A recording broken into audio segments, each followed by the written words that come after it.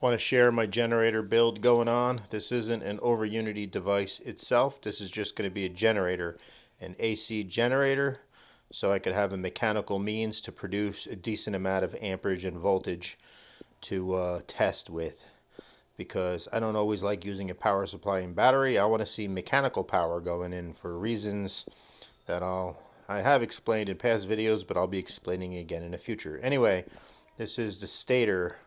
I got 6 heavy duty chokes. You could see the size of those wires. This thing's gonna bog down and draw amperage nice. These are gonna be in series. Okay, I printed out a stator plate and I JB welded all these in there. Now I got some crazy glue on the laminations so they don't separate because they're exposed laminations. So that's all drying up now. So that's gonna be the stator, the part that generates the power. Okay, over here I'm about ready to start getting my magnets out.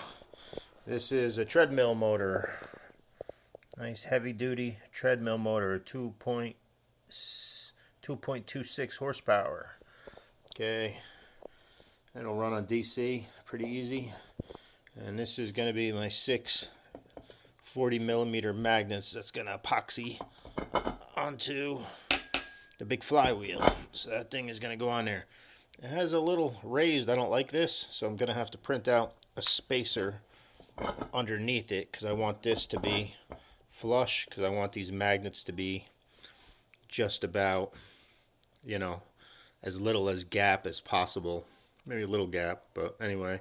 So these are going to have nice, big, strong magnets, which are going to go over the stator. So that's going to be, those are the generator parts I have cooking so far. So this should be a pretty easy build because I just have to mount this motor and get that stator in the correct position, solid, and then it should produce good AC. I mean, it's going to bog down and everything, but then I'll be able to do tests with mechanical force.